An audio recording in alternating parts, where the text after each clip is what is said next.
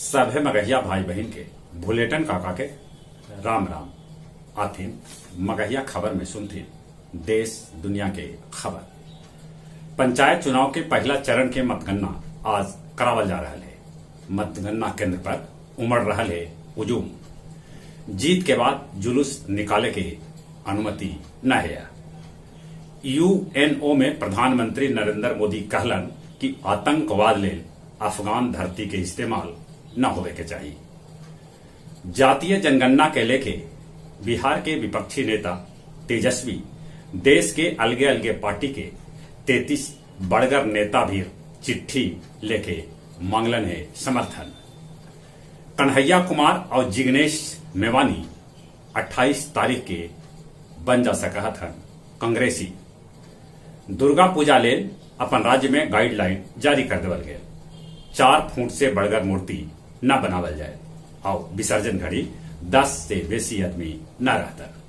पिछलका 24 घंटा में अपन देश में कोरोना संक्रमित के संख्या 29,616 तक पहुंच गया। पिछलका 24 घंटा में 290 आदमी के कोरोना से मौत के भी खबर है। नक्सल प्रभावित क्षेत्र के राज्य के मुख्यमंत्री आज गृह मंत्री के साथ करतन बैठक। बिहार के मुख्यमंत्री नीतीश कुमार भी दिल्ली पहुंचलन। 1.5 बछर बाद अक्टूबर में खुलत राज्य भर के कस्तूरबा विद्यालय। मुख्तार अंसारी के करीब 10 करोड़ के शॉपिंग मार्ट के ध्वस्त कर देवल गए। इनकम टैक्स के छापामारी के बाद सोनू सूद 17 करोड़ रुपया खर्च करतन। गोपालगंज के कटैया थाना के भगवानपुर पंचायत के कुर्मी टोला भीर चुनाव प्रचार करई लोग पर बेलरो चढ़ा दिलक, जगह में 3 आदमी के मौत हो गयलक। धरती से लेके अंतरिक्ष तक एक दूसरा के सहयोग करतन क्वाड के देश।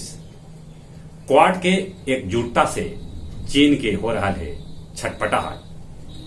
तालिबानी हेरात शहर के मुख्य चौक पर एगो सब के क्रेन से लटका देलन। ध्रुव पर पिघलित बर्फ से पृथ्वी के परत में हो रहा है बदलाव। भारतीय सीमा के नजदीक चीन बसौलक है 680 गो मॉडर्न गांव। स्पेन के पल्ला ज्वालामुखी फिर से धधक उठल। अफगानिस्तान में पैसा ले लोग अपने में मारामारी कर रहा है।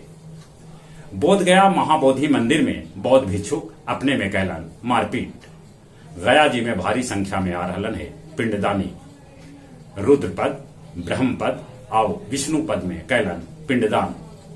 गया जिला हिंदी साहित्य सम्मेलन में काव्य संध्या 376 के आयोजन करल गए, जेकर अध्यक्षता सुरेंद्र सिंह सुरेंद्र और संचालन खालिद हुसैन परदेसी कैलन।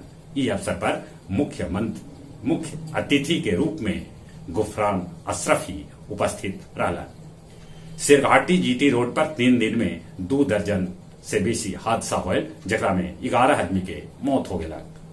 गया जंक्शन पर बाइक चोरी करीत एगो लड़का रंगो हाथ पकड़ गए। और अब कुछ खेल के समाचार।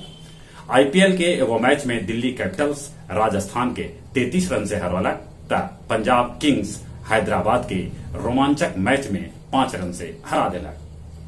तीसरका वनडे मैच ऑस्ट्रेलिया और भारत महिला टीम के बीच आज हुए।